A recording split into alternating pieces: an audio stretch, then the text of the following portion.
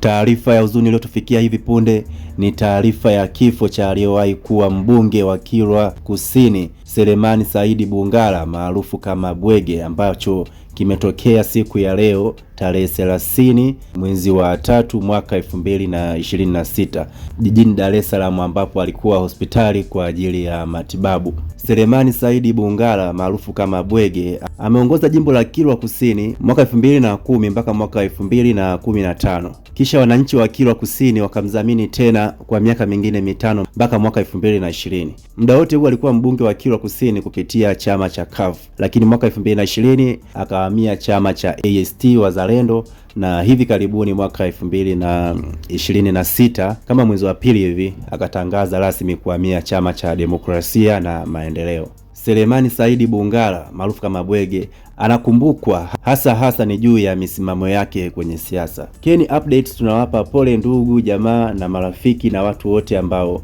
walikuwa wanamfahamu mheshimiwa huyu Selemani Saidi Bungala. Kwa taarifa zaidi usiache kutufollow kwenye ukurasa wetu wa Facebook ambao utapatikana kule kwa jina la Keni Update, lakini pia ipo linki hapo chini kwenye description ambayo itakupeleka moja kwa moja kwenye page yetu ya Facebook.